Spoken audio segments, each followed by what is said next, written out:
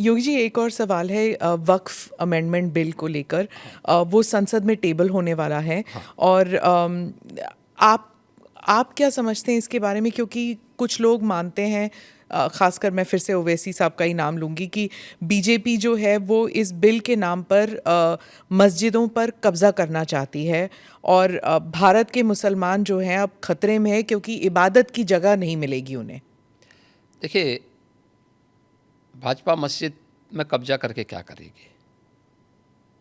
मंदिर और ढूंढेगी। ये मुझे लगता है कि गुमराह कर रहे हैं।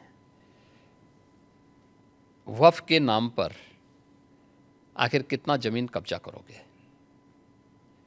दूसरा, वक्फ के नाम पर एक भी कोई इन्होंने वेलफेयर का काम किया हो, एक भी नहीं आप गिना सकते। देखिए, वक्फ के नाम पे जो भी आता है, उसने उस प्रॉपर्टी को अपने व्यक्तिगत स्वार्थ के लिए दुरुपयोग किया है, बेचा है, औने पौने दाम पे बेचा है। आज स्थिति क्या है? एक एक प्रॉपर्टी के लिए कई कई लोगों को इन्होंने प्रॉपर्टी को बेचा है। उससे विवाद हो रहे हैं, उससे तमाम प्रकार के संकट आने वाले समय में होंगे। जो बसे हैं उनके लिए भी, और जिन लोगों ने पैसा दिया है उनके लिए भी, क्योंकि पूंजी उन सब की डूब जाएगी। तो ये तो इससे बड़ी बेवकूफ़ बनाने वाली कोई बात ही नहीं हो सकती है। दूसरा, इन्होंने कोई भी संपत्ति देखी, देखिए सरकारों पर यही एक दबाव बना करके ब्लैकमेलिंग ये लोग करते थे। अलग अलग समय में इन्होंने वक्फ के नाम पर तमाम प्रकार के उल जलुल फैसले लिए हैं। ख़ास तौर पर कि वक्फ जिस लैंड को कह देगी कि ये उनकी है, उनकी मान ली जाएगी। हम बहुचक हैं जी, ये कौन सा आदेश है? आपको एक पावर किसने दे दी है कि आप किसी भी प्रॉपर्टी को कब्जा कर लेंगे? आप किसी भी स्थल को कब्जा कर लेंगे, किसी भी सार्वजनिक भूमि पे कब्जा कर लेंगे? तो ये नहीं हो सकता है। ये वक्फ संशोधन अधिनियम जेपीसी ने जो अपनी सिफारिश की है, ये आज की आवश्यकता है, और इसको समयबद्ध तरीके से आगे बढ़ना चाहिए। और मुझे लगता है देश के हित में भी होगा, मुसलमानों के हित में भी होगा। जी। डिलिमिटेशन पर जो दक्षिण के राज्य हैं, वो थोड़े नर्वस कह लीजिए। वो कहते हैं कि पॉपुलेशन के आधार पर रिप्रेजेंटेशन नहीं होना चाहिए। वो कह रहे हैं कि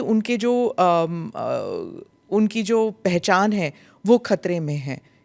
देखिए,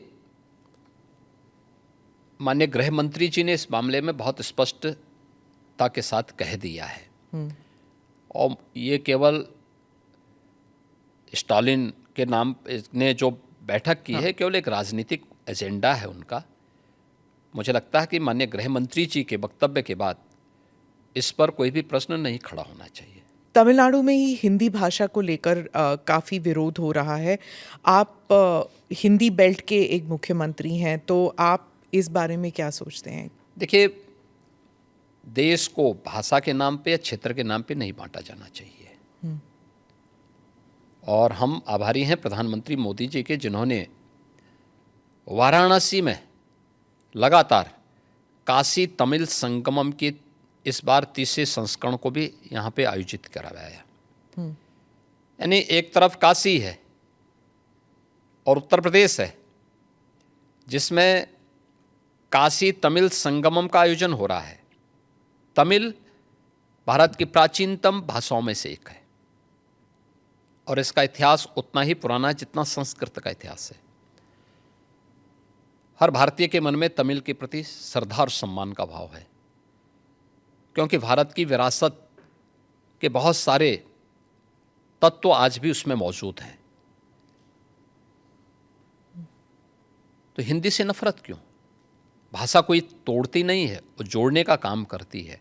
और त्रिभाषा सूत्र के माध्यम से तो हिंदी को राजभाषा की मान्यता देकर के हिंदी, इंग्लिश और स्थानीय भाषा, वो तमिल हो सकती है, मलयालम हो सकती है, कन्नड़ हो सकती है, तेलुगु हो सकती है, मराठी हो सकती है, बंगाली हो सकती है, असमी हो सकती है, उड़िया हो सकती है। किसी भी अन्य भाषा को आप लोकल स्तर पर लागू करिए। ये तो देश के अंदर एकता का संदेश देने वाला, उत्तर से दक्षिण तक, पूरब से पश्चिम तक पूरे भारत को एकता के सूत्र में जोड़ने वाला माध्यम है।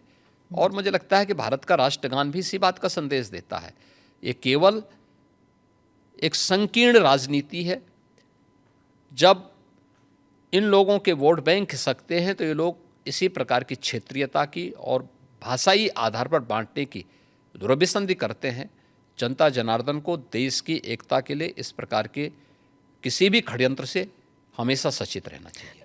कर्नाटका में और तमिलनाडु में खासकर इन दोनों राज्यों में कई लोगों का मानना है कि जब यूपी या बिहार के जो हिंदी स्पीकिंग स्टेट्स के लोग जाते हैं और वहाँ पर बसते हैं, 10-15 साल भी रहते हैं, पर वहाँ की स्थानीय भाषा नहीं बोलते, हिंदी ही बोलते हैं और ऑटो रिक्शा वालों के साथ या फिर किसी रेस्टोरेंट में हिंदी में ही बात करते हैं, स्थानीय भाषा में नहीं करते। लेकिन उन राज्य से जब लोग उत्तर प्रदेश आते हैं तो हिंदी बोल लेते हैं, हिंदी में ही बात करते हैं, क्योंकि कामकाज की जो भाषा है वो हिंदी है।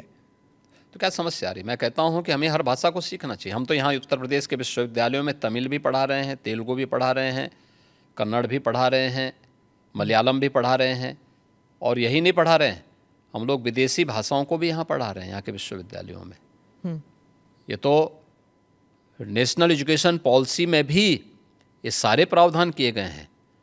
तो अगर हम यहाँ तमिल पढ़ा सकते हैं, तेलुगु पढ़ा सकते हैं, मलयालम और कन्नड़ पढ़ा सकते हैं, मराठी पढ़ा सकते हैं।